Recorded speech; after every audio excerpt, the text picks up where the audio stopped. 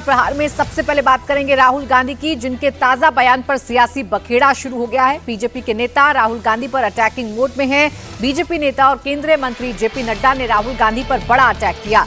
JP Nadda ने कहा कि राहुल गांधी जैसे लोग नेता प्रतिपक्ष हैं, ये देश के लोकतंत्र के लिए दुर्भाग्य है। केंद्रीय स्वास्थ्य मंत्री जेपी नड्डा ने सोशल मीडिया प्लेटफॉर्म एक्स पर लिखा, ऐसा विपक्ष का नेता देखना ही बाकी रह गया था। ये देश के लोकतंत्र का दुर्भाग्य है। कांग्रेस के लिए भी इससे दुख का क्या विषय होगा कि उन्हें राहुल गांधी को अपना नेता मानना पड़ रहा है। दरअसल कल राहुल गांधी ने कांग्रेस के कार्यक्रम में प्रधानमंत्री को लेकर, गृह मंत्री को लेकर जिस भाषा का इस्तेमाल किया था, उस भाषा पर अब बवाल मचा हुआ है। जो स्किट राहुल गांधी कर रहे थे, जो ड्रामा राहुल गांधी कर रहे थे, उस पर अब सियासी हंगामा बरपा है और बीजेपी कह रही है कि नेता विपक्ष को पद की गरिमा रखना भी नहीं आता है। राहुल गांधी कल शाम कांग्रेस के कार्यक्रम में हिस्सा लेने पहुंचे थे, जिसका नाम रचनात्मक सम्मेलन था। लेकिन रचनात्मक सम्मेलन में राहुल गांधी ने कोई रचनात्मक बात नहीं की, सिर्फ आरएसएस, मोदी और अमित शाह को कोसा। कांग्रेस कार्यकर्ताओं से कहा कि उन्होंने मोदी की नींद उड़ा दी है। अमित शाह को इतना डरा दिया है कि वो संसद में आने की हिम्मत नहीं जुटा पा रहे हैं। इनको हम मतलब पागल कर देंगे। मैं आपको बता रहा हूं, नरेंद्र मोदी रात को नहीं सोता है।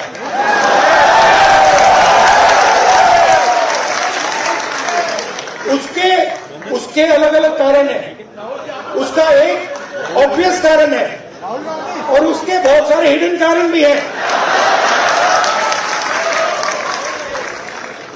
आपने देखा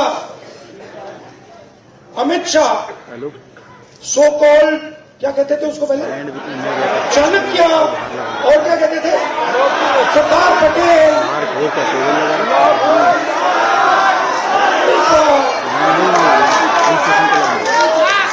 वेयर हैज ही डिसअपियर्ड? भाग गया। वो 20 दिन के लिए पार्लियामेंट हाउस में नहीं घुस पाया। वो वाजपेयी जी के टाइम में प्रमोद महाजन ने की कैपिटल इंजेक्शन को आरएसएस के अंदर उसने डाला, पहला फर्स्ट स्टेप। और second step Narendra Modi, final corporatization of RSS और Narendra Modi. It's obvious, RSS as original force is dead. We are not fighting, they finish, they gone. Now RSS is a instrument of large capital. What is national spirit? National spirit is we are not going to allow a bunch of clowns to create order over us.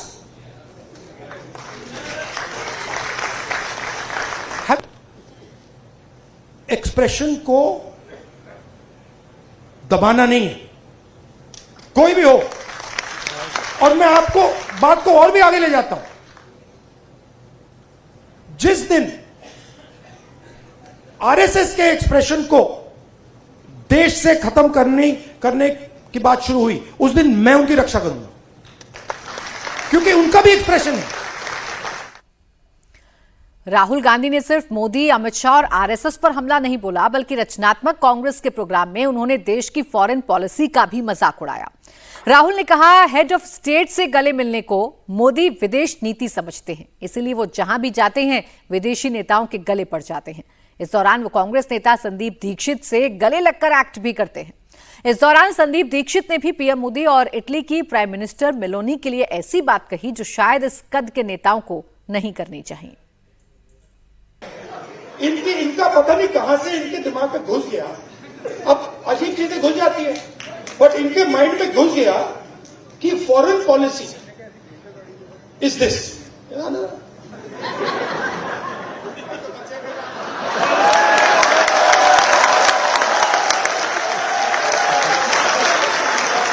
पता नहीं किसने डाला, कहां से घुसा भाई।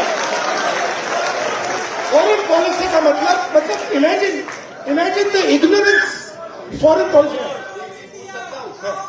Meloni समझ के तो नहीं पकड़ा I have not reached there yet. But पता नहीं कहां से घुस गया कि फॉरेन पॉलिसी का मतलब नेताओं से गले लगना। अब उनके दिमाग में पता नहीं कहां से घुस गया कि ये मेरे दोस्त हैं। वो गले लगने लग गया, थोड़ी देर बाद हो जाता है कि भैया मेरा दोस्त है, गले लग लिए 3 बार, दोस्त होगा। वो पीछे पकड़ लिया उन्होंने। हाँ, वो 2 मिनट में देखो, ये सोच रहे कि मेरे बड़े फ्रेंड है ना, ये सोच रहे मेरे बड़े फ्रेंड हैं, ये मैं अपने आप को इनका फ्रेंड नहीं मानता हूं, तो ये आ रहे गले मिलने, मैं आ रहा हूं गला पकड़ने। और मैं आपको बता रहा हूं, नरेंद्र मोदी को 2 मिनट में लपेट लिया। अब राहुल गांधी ने पीएम मोदी की विदेश नीति का उपहास उड़ाया तो बीजेपी ने भी राहुल गांधी पर जबरदस्त हमला कर दिया। बीजेपी सांसद निशिकांत दुबे ने भी इंदिरा गांधी और राहुल गांधी की तस्वीरें सोशल मीडिया पर शेयर की। निशिकांत दुबे ने जो वीडियो शेयर की उसमें इंदिरा गांधी से क्यूबा के राष्ट्रपति फिडेल कास्त्रो गले मिल रहे हैं। निशिकांत दुबे ने इस वीडियो फोटो को शेयर करते हुए पूछा, राहुल गांधी आप बताएं, इसे गले पड़ने की को जठराग्नि कहते हैं या कमाग्नि? वहीं अनुराग ठाकुर ने भी राहुल गांधी पर पलटवार किया। राहुल गांधी की भाषा अमर्यादित और अहंकार से भरी है। अनुराग ठाकुर ने कहा कि राहुल के पालन पोषण और संस्कारों पर भी प्रश्न चिन्ह है। राहुल गांधी ने संवैधानिक पद का अपमान किया। ये राहुल गांधी के चरित्र को दिखाता है।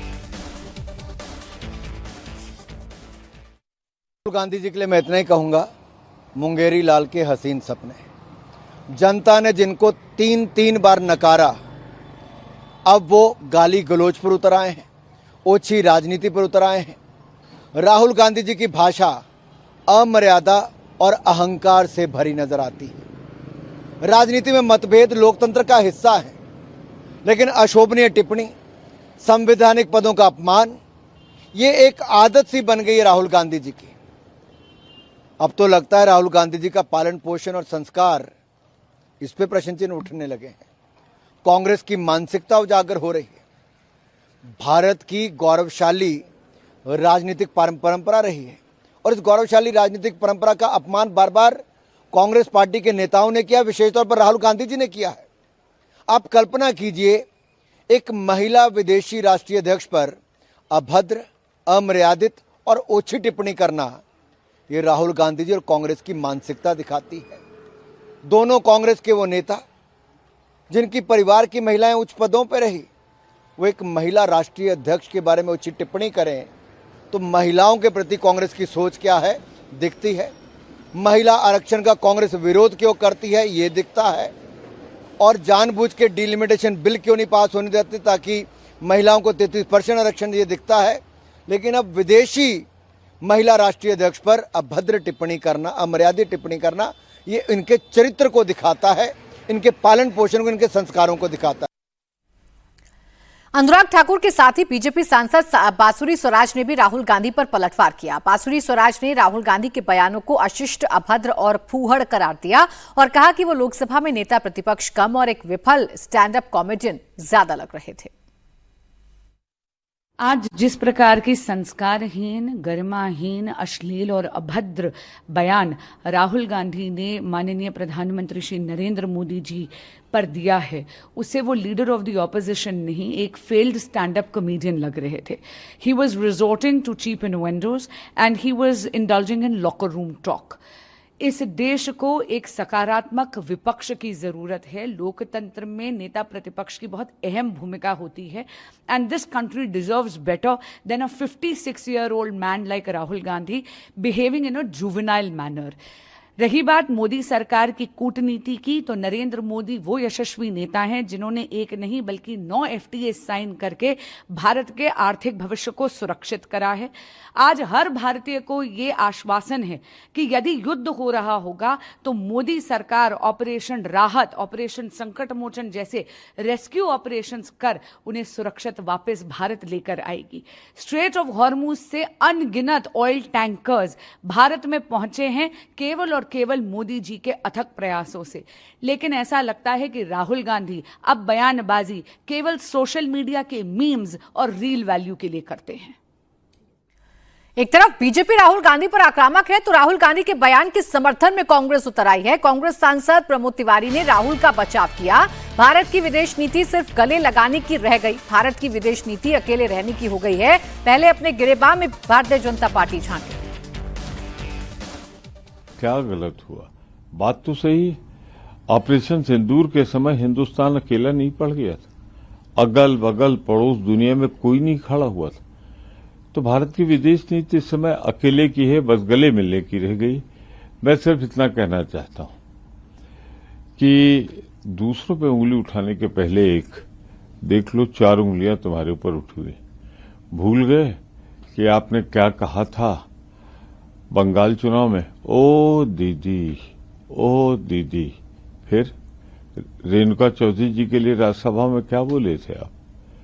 कांग्रेस के महान नेतृत्व, सर्वोच्च नेतृत्व के बारे में किस किस भाषा का आपने इस्तेमाल किया? प्रधानमंत्री जी, अगर आप ऐसा करेंगे तो कम से कम राहुल गांधी ने तो कुछ नहीं कहा है, फिर काहे आहत हो रहे हैं? वहीं बीजेपी के सहयोगी जेडीयू ने भी राहुल गांधी पर पलटवार किया और कहा कि चैन की नींद राहुल गांधी की छिन गई है। जंतर मंतर पर राहुल बोलते हैं, रांची पर चुप हो जाते हैं। देवेंद्रनाथ महतो के मुद्दे पर चुप क्यों हो जाते हैं राहुल गांधी? आदरणीय विपक्ष के नेता माननीय राहुल गांधी जी लोकतंत्र के मंदिर में तो सवाल और जवाब सुनने को आप तैयार नहीं हैं। तो चैन की नींद तो आपका छिन गया है जब से नरेंद्र मोदी जी देश के प्रधानमंत्री बने हैं। और मुद्दों पर सार्थक बहस करनी चाहिए। अगर उससे आप संतुष्ट नहीं हैं तो न्यायपालिका आप जा सकते हैं, लेकिन केवल ट्वीट कर करके और सुविधा के अनुसार तर्क। प्रयागराज में इनको स्टूडेंट से कन्वर्सेशन में सुविधा होती है, लेकिन झारखंड के सवाल पर सरकार से अलग होने को तैयार नहीं है, जबकि आरोप स्वप्रमाणित हो चुका। झारखंड सर्विस कमीशन के 3 सदस्यों ने इस्तीफा दे दिया। तो अगर नौजवानों के भविष्य की चिंता है तो देवेंद्र महतो नौजवान नहीं है। वो आमरण अनशन पर पुलिस उसको हॉस्पिटल पहुंचा दिया। वहाँ के लोग आंदोलनरत हैं, तो उस पर भी नजरिया पेश करिए। समानता का आंदोलन करिए, सुविधा का आंदोलन नहीं।